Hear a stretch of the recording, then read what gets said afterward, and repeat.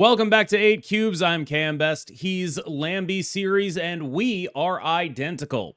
We have on our docket today the 8 most important topics in Marvel Snap. There are 3 new cards coming out, 2 cards that just came out, and a huge OTA that shook up the meta. So we are very, very full today. We're going to start with Shadowlands Daredevil, the lead season pass card for the upcoming Daredevil Crimson Twilight season. Shadowlands Daredevil is a 2/3 that when you play him, he shuffles in 3 demons, like from the hood, the 1/6s, into your deck. Whenever you draw a card with 6 or more power from your deck, Shadowlands Daredevil gains 2 power. This seems like a card that would have been absolutely incredibly amazing in the world we were in about a year ago, and still might be strong enough in the current world. Because when I look at this guy, what I see is a really big 2-drop. And then if I can also use those demons, that's great. Are they upside because they are 1/6s, or are they downside because they are diluting my deck? And the synergy nature of this game, the way in which we have gotten more and more about synergy, does make me wonder about that. Like, it is sort of a question as to whether or not this is a good on-reveal effect or a bad on-reveal effect. But what I can tell you is, when I play Daredevil, I'm expecting to have the biggest 2-drop in the game.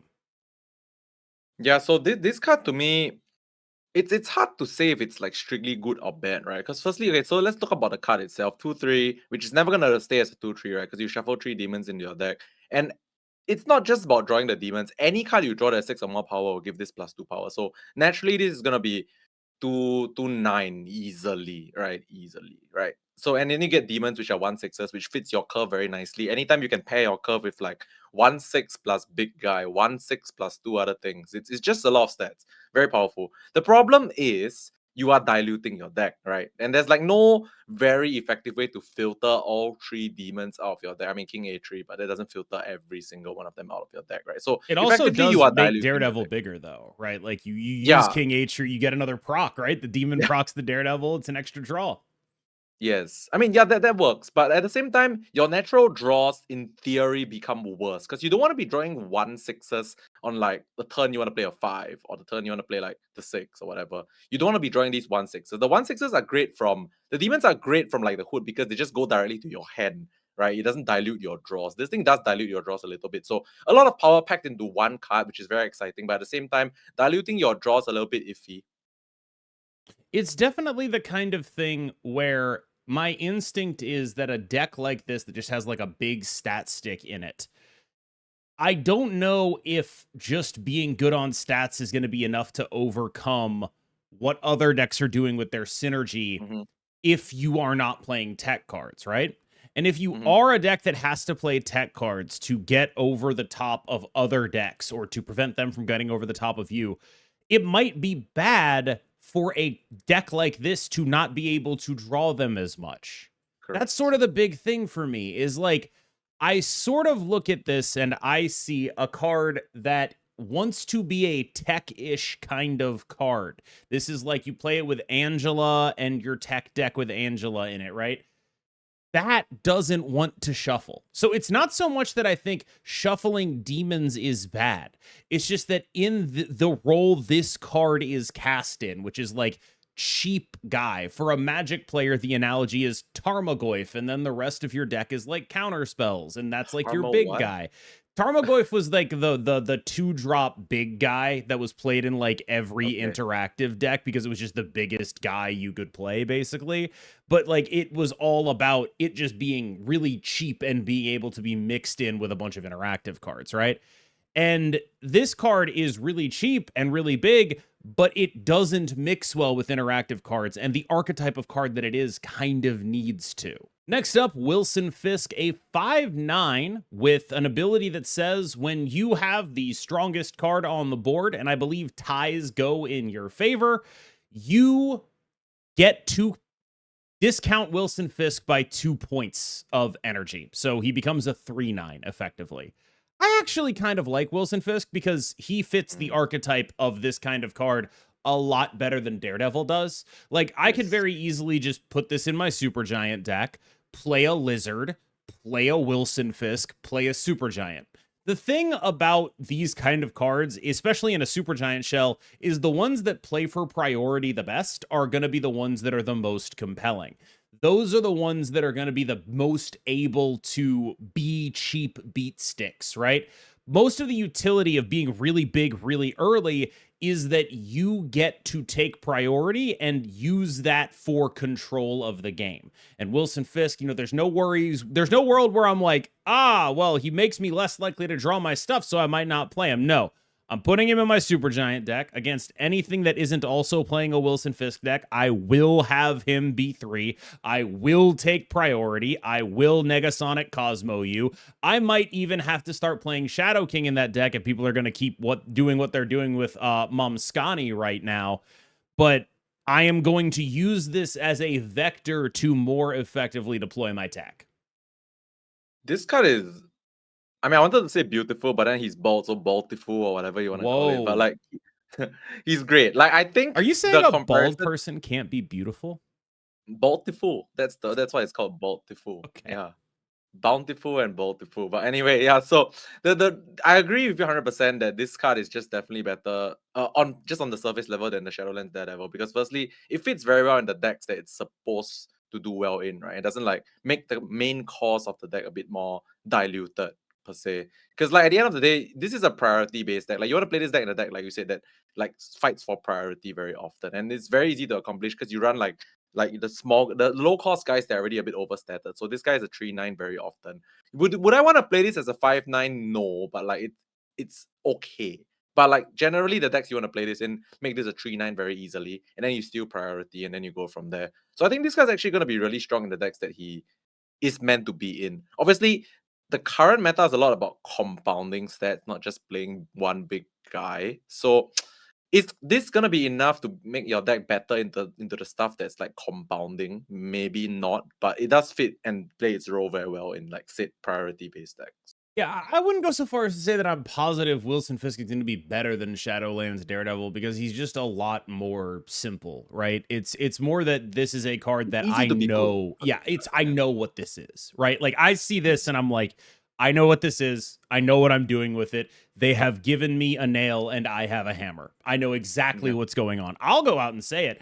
I'll go on record here. I think he is beautiful. This is such a great card for exactly this kind of deck. It doesn't come with any of the attendant downsides. There's no worry like, oh man, I really wanted to be a Shadow King deck, but maybe my Shadowlands Daredevil doesn't let me be a Shadow King deck. Or like, I really need specific tech cards in specific matchups, but my Shadowlands Daredevil is shuffling stuff in. I think the value prop on Shadowlands Daredevil, there's like higher upside on it, but there's just no downside on Wilson Fisk. Basically, exactly. Like you just put him in the deck and you're like, yup, that's awesome. He's doing exactly what I wanted him to do. I love these kind of cards, man. Like you look at it and just know like, all right, it's just going to make my set deck better. So yeah, he's an archetype all-star. Karen Page, a little bit of a victim of the times, I fear. This is a 4/5 with an on reveal that buffs a 1 cost, a 2 cost, and a 3 cost. That is a cool and powerful thing to do. However, we are currently in a world where the best buff decks are mostly skipping on playing 1s, 2s in order to play Storm, which means that this is not a card that makes a ton of sense. We're also in a world where they just buffed Wolverine Horseman, who now probably compares pretty well to her, especially in a world where you are, say, using Mother Ascani to be able to play 2 of them on the final turn of the game.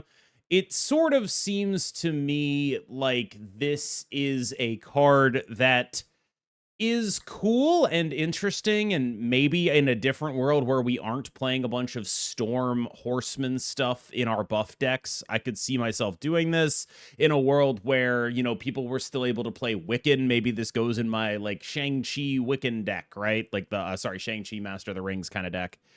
But I'm not particularly sure what I meant to do with it other than just play it as a 4/10 that needed me to curve out to be a 4/10.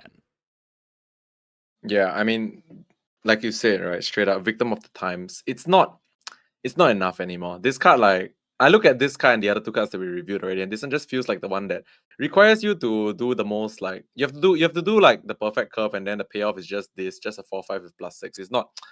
it's not even that fantastic anymore, right? Like I don't want to use the word boring, but I looked at the card and the first thought in my mind was like, okay, that's kind of boring. Like it doesn't really do enough anymore. In a world where there's a buff deck that isn't about Storm, right? If I'm playing Yeah. like, Agony and a good buff 2 like the Jeff that got data mined, and then a good buff 3 like a Maverick or whatever, and then I buff all of those and then I go to town. Like there's a world where like that is something that I want to do. It's just that as we've seen, it tends to be much more effective to make buff decks about getting one big buff on the board and then handing that one big off to the buff off to the next guy who hands it off to the next guy. Like that's the sort of gameplay loop of buff decks. It's not buffing a bunch of things once. It's making one really big buff that then gets passed on to multiple things, whether that be like Captain Carter passes her buff on to Maverick, who passes her buff on to Brood. That tends to be the way the deck plays out. It's a double it and give it to the next person kind of deck rather than just getting a little bit bigger on its own. And you can see this in the way Sebastian Shaw has been phased out. And Karen Page is a Sebastian Shaw-ass card. That's what she is. Speaking of doubling it and giving it to the next person, Momskani has hit the metagame like a neutron bomb. I think right now many top players would have her as the front runner in the metagame in various forms, whether that be in the Gambit Horseman deck, which obviously she creates cards in your hand. Everyone puts the card in Gambit. I'm not really sure that that's necessarily where she's going to end up permanently, but I think more relevantly to me at least, the buff deck is really good at using her. This is a deck that loves getting, doubled buffed Captain Carters. That's obviously ridiculous. The deck is built on a premise of Captain Carter and Maverick, and then cards that intensify the buffs on Captain Carters and Mavericks. This is a card that does that perfectly. And in a pinch, doubling Wolverine Horseman is basically like doubling a Doctor Doom. You can just play 2 Doctor Dooms, more even, on the final turn of the game. And that is your bad outcome when it comes to playing this card in that deck. It feels like a pretty beatable thing. Like it's the kind of deck that feels kind of like you can do stuff about it. It's not like it's always going to beat you up. Like you can interact with it if they're doing the onboard build a combo. Honestly, a lot of the thing is like, oh no, you've interacted with my onboard built combo and I played Mother Ascani and played 2 Doctor Dooms anyway, right? Like that's the kind of thing where it's like it might just have a lot too much power in this shell, and Mother Ascani is a big part of why that is. This deck might be okay. I won't say might be, but I know why this deck is good. Outside of the straight up like mirror matches whereby you kind of want to buff very specific things, right? Because those scale harder if you don't buff specific things, they don't scale as hard as like if your opponent buffs like the correct stuff. But outside of the mirror matches, you kind of don't really care that much what you buff and duplicate because like KM said, right, like it can literally be anything that you want to play twice and then it's going to be good enough. Like you can buff like the broods or you can buff like the like whatever else, right? Like as long as it's duplicated and doubled and cheaper, right, it's enough. It wins most other decks. So I think that's where the power of this lies as well, is because it's flexible in what like you actually duplicate and like reduce cost and buff with Mother Ascani. So I think this deck is powerful and also flexible at the same time. I can see that's why it's at the top of the meta. I had a game with cloning Vats, and my opponent had played Stardust, and the card on the left of my hand was Brood. And it was still my highest output play Exactly. to go Mother Ascani Grandmaster and just get 2 1-cost Broods that had like 8 power. It was still the strongest thing I should do in that situation. It was unbelievable that was ever the situation we were in. But it's like, no, actually the best thing I can do in this deck, which is all about buffing my hand and copying stuff, is not to play buffed stuff into the middle. It is to use Mother Ascani Grandmaster on a card that doesn't work. Storm, Horseman of Famine, which, can I just say, I don't know, like, I think they're just sort of freelancing a little bit with these horsemen, but, like, I just feel like, Famine's, like, the lamest horseman, right? Like, can we be real about this? Like, if we're really getting down to it, death is the cool one, war is the cool one, Famine's the lamest one, and they gave it to Storm, and I don't like that. But all of that aside, no, I just want to say, like, when I was a kid, when you were young, right, no one really cared about the word famine, right? People care about like, oh, death or like war, which is famine. a ringing endorsement of the world we live in, I suppose, that Yeah. is not a thing we had to worry about because it was incredibly important when these concepts were developed in the Yes. Bible.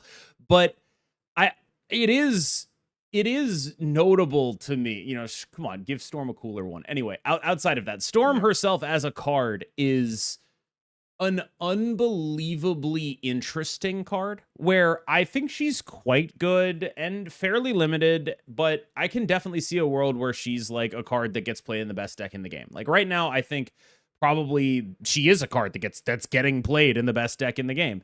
And it's because this sort of 3-drop heavy version of the buff deck that's based around this Captain Carter Maverick stuff, you can just play a Storm, play a Captain Carter, play a Maverick, play a Prodigy, play a Brood. It literally, you start the game on turn 3, you play the Storm, it buffs the cards in your hand. You play the Captain Carter in the same lane. Okay, you now have a 4-power Captain Carter. You play a Maverick in that lane. That's your turn 5. Your turn 6, you Prodigy that Captain Carter. Now your Maverick has 18 power. Your Broods are 60. You play a 60 power Brood in another lane. You have 45 or whatever in the lane you just discussed. Like all of that is just, you can just do that. That's just like a thing you do fairly regularly throughout the course of playing this deck. Compounding effects or like duplication effects, right? It's really the name of the game right now. Like you literally just said skip turn 1 and 2 and win the game. Like I mean, that's sometimes you play an basically agony. I don't know.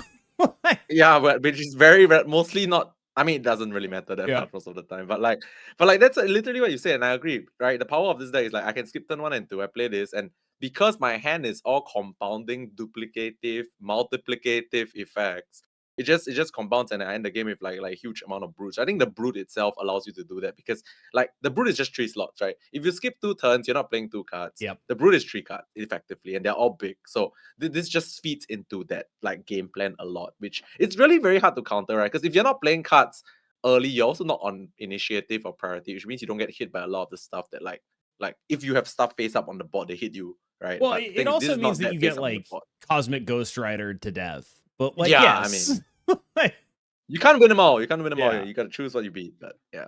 So, we're talking a lot about a couple of things that we need to talk about now, which is the fallout from the big OTA. I have largely seen that it seems like people are having, like, the vocal parts of the community seem to be enjoying this. They're having a lot more fun.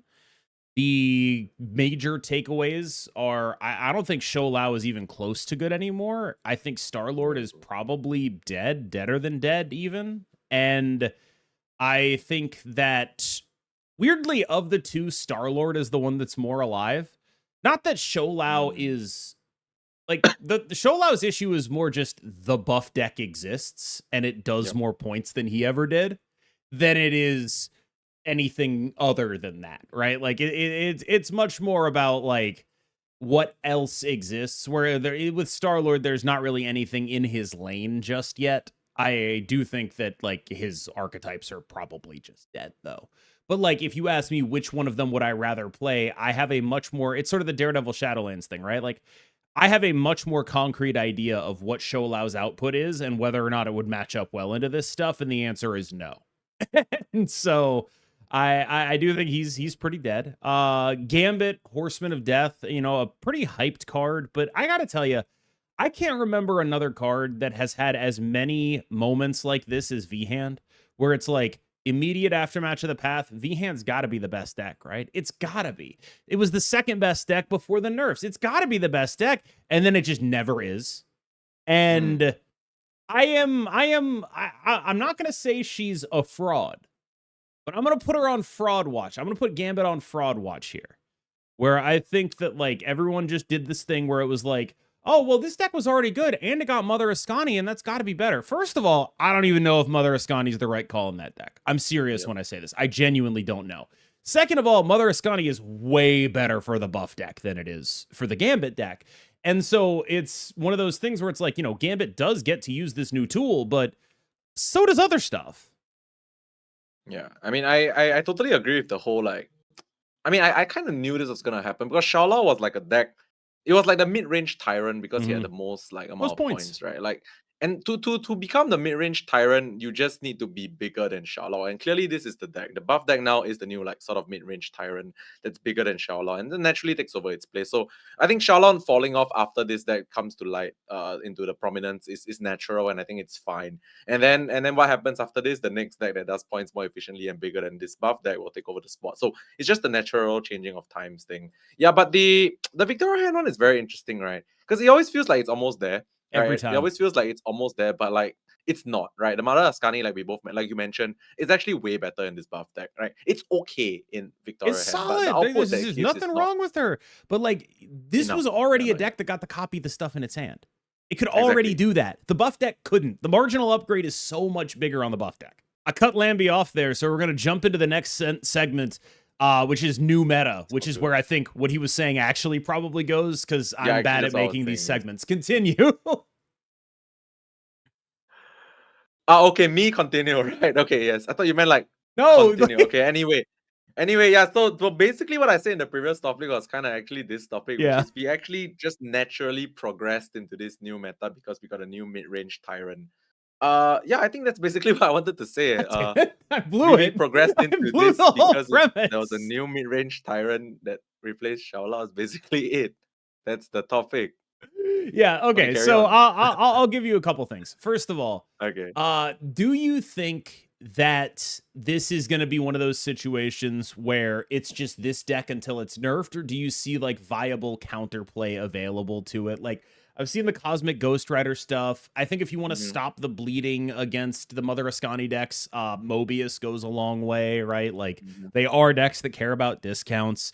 The output is really strong. I've seen some Mother Ascani Grandmasters. So I think like there are two questions I'm going to ask you. Okay. Do you think that this deck is going to be the deck that ends up being the best Mother Ascani deck? And do you think if that does happen, there are going to be meaningful ways for other decks to interact with or go over the top of it?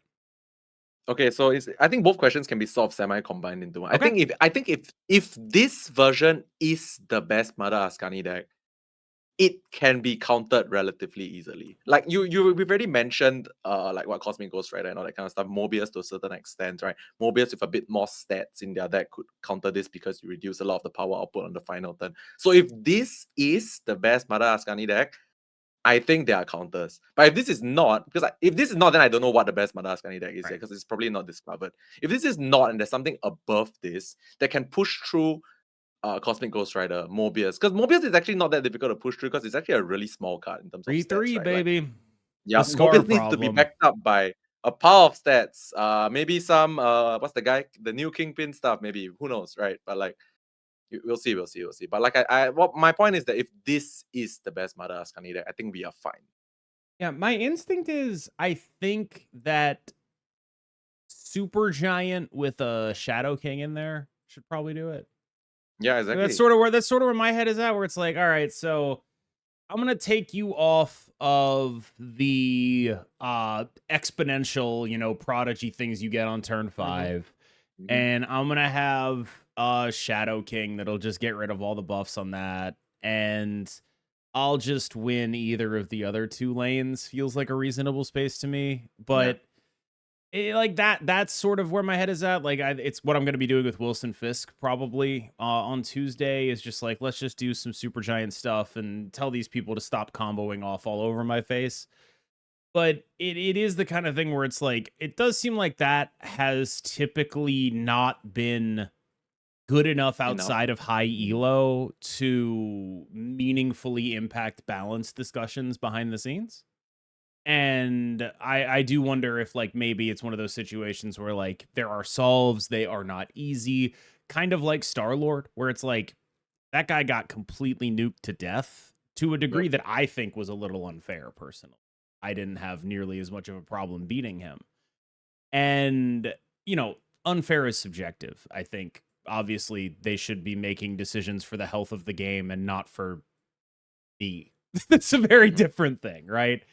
But it is a real thing, right? And I do wonder if like the counterplay to this becomes that if we might end up in another situation that is similar to the Star-Lord Sholau one. due to scheduling, there is another OTA next Thursday. Given that they dropped the hammer this hard, what exactly do you think they could be doing in this second OTA? My instinct is if you did a bunch of hammer dropping, what you'd want to do in the new OTA Buffs, is like a right? bunch of cool buffs, right? Like Yep. you want to be like, here's some cool stuff. But it does sort of make me wonder because they already got, I mean, I think Wolverine is plenty playable now. I think Mhm. Storm is plenty playable. Caliban goes in the Doom 2099 decks occasionally. Like that's a real card. Suddenly, I'm running out of horsemen to buff. When I did my last OTA, I was like, I know how to solve this. We'll buff all the horsemen. And now it's like, damn, I really don't know anymore. Like, I like, what are we buffing? What do I want to see be stronger? I came up with a couple. I'm gonna run them by you. Okay. Dormammu to 15 power. Ooh. Yeah, I think that- just want to see it. Yeah, why not? Actually, to me, Yeah. that's more of like a why not kind Yeah. of buff, right? Yeah. No, I like what you said about the whole like they've ran out of horsemen to buff. Yep. It just kind of like makes me feel like they actually set the bar very low for these horsemen. They're like, A little bit. it's fine if they didn't hit, but we know how to make them hit. Because like literally, it literally got fixed in the OTA, right? So like I think they just knew that they went low, and then like, all right, it's time to pump, and then they pumped, and then like everything was playable. Yeah, I mean, Yeah. like, I would like to see. Here's what I really want is for them to figure out a way to add Star-Lord to High Evo's pool, so you get old Star-Lord, but only if you play High okay. Evo. Like, I think you just have a really huge soft spot for High Evo. I man. do! It's like I how do you have a used to be soft the spot Zoo for High Man. Like, do Evo. you remember he used to be the Zoo Man? Like, yes, zoo that is everything. yes, the Zoo Cope alert. I do have a soft spot for High Evo though. I feel like it's the perfect Marvel Snap card. It is. I like it. It is exactly what you want. It is what everyone says they want and also what they actually want. Because often in Marvel Snap, there's a gap between what people say they want and what they actually want. That's pretty common in card games, right? Because not everyone is particularly like able to express the things they want. They're able to express what's bothering them, but not necessarily able to articulate why or what to fix it, right?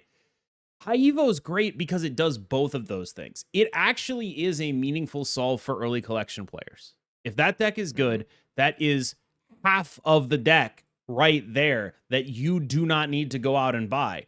But it is also attached to a body that you do need to go out and buy, so it doesn't have all of the problems that, like, let's say making a bunch of Series 1 cards actually good might have for Second Dinner's balance sheet, right? Like, it works for both parties in the transaction, and that's why I have such a soft spot for High Evo.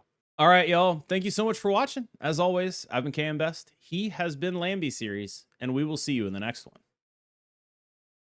Goodbye. No, you got to take us out. I thought you did the. No, I didn't do. no, All right, chat. All right, guys, like, comment, and subscribe, and we will see you guys in the next one. Because it sounded so much like No, what I I know did. you're Anyway. right. I should. Now I we're should gonna. have, No, now we don't just look alike. Now we sound alike. yeah, Okay, this no, gonna be a I new blew it. I blew it. That's on me. It's the second time I've blown the format this episode.